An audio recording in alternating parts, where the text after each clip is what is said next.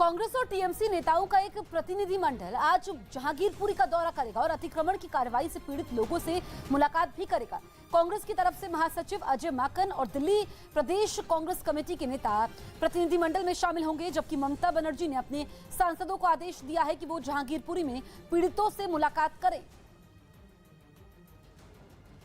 रूस और यूक्रेन की जंग में परमाणु बम का इस्तेमाल होने की अटकलें लगाई जाती रहीं, लेकिन पहली बार कुछ ऐसे कारण सामने आए हैं जिनकी वजह से अब इस जंग में परमाणु बम का इस्तेमाल नहीं होगा।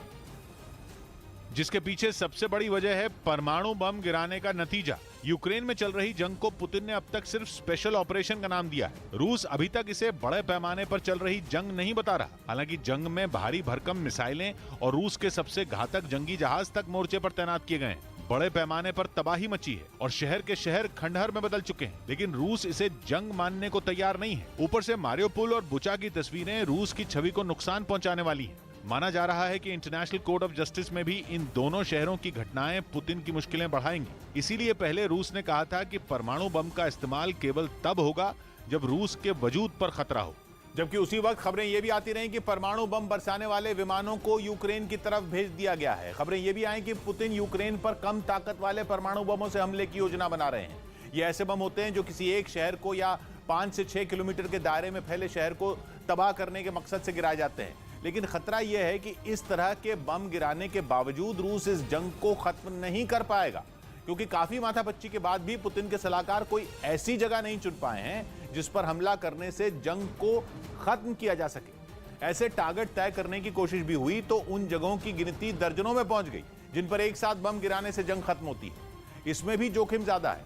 जोखिम यह कि तबाही तो बहुत बड़े पैमाने पर होगी, जिसके लिए रूस को लंबे वक्त तक जिम्मेदार ठहराया जाएगा।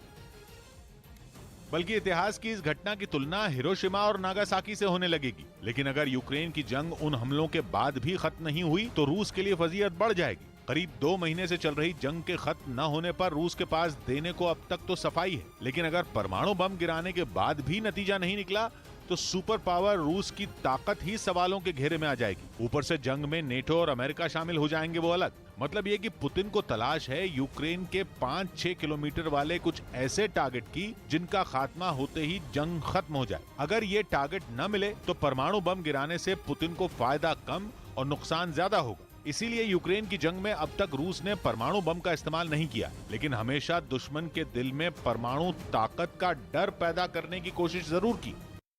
रूस ने यूक्रेन में जारी जंग को खत्म करने के लिए ज़ेलेंस्की सरकार के सामने समझौते की कई शर्तें रख दी। हालांकि ये शर्तें क्या हैं इसकी जानकारी नहीं दी गई, लेकिन इससे जुड़ा एक ड्राफ्ट मॉस्को की तरफ से जारी किया गया। इसके जरिए पुतिन ने गेंद यूक्रेन के पाले में डाल दी। इस ड्राफ्ट में साफ कहा गया कि बातचीत से पहले यूक्रेन सरकार को रूस की शर्तें माननी होंगी। अब इन शर्तों के बाद पुतिन सरकार को ज़ेलेंस्की के जवाब का इंतजार है।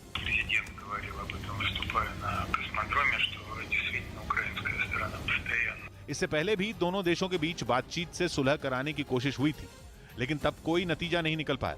ऐसे में रूस ने इसका ठीकरा भी यूक्रेन के सिर पर फोड़ दिया। पुतिन सरकार का आरोप है कि यूक्रेन हमेशा समझौते पर बात करने से भागता रहा है।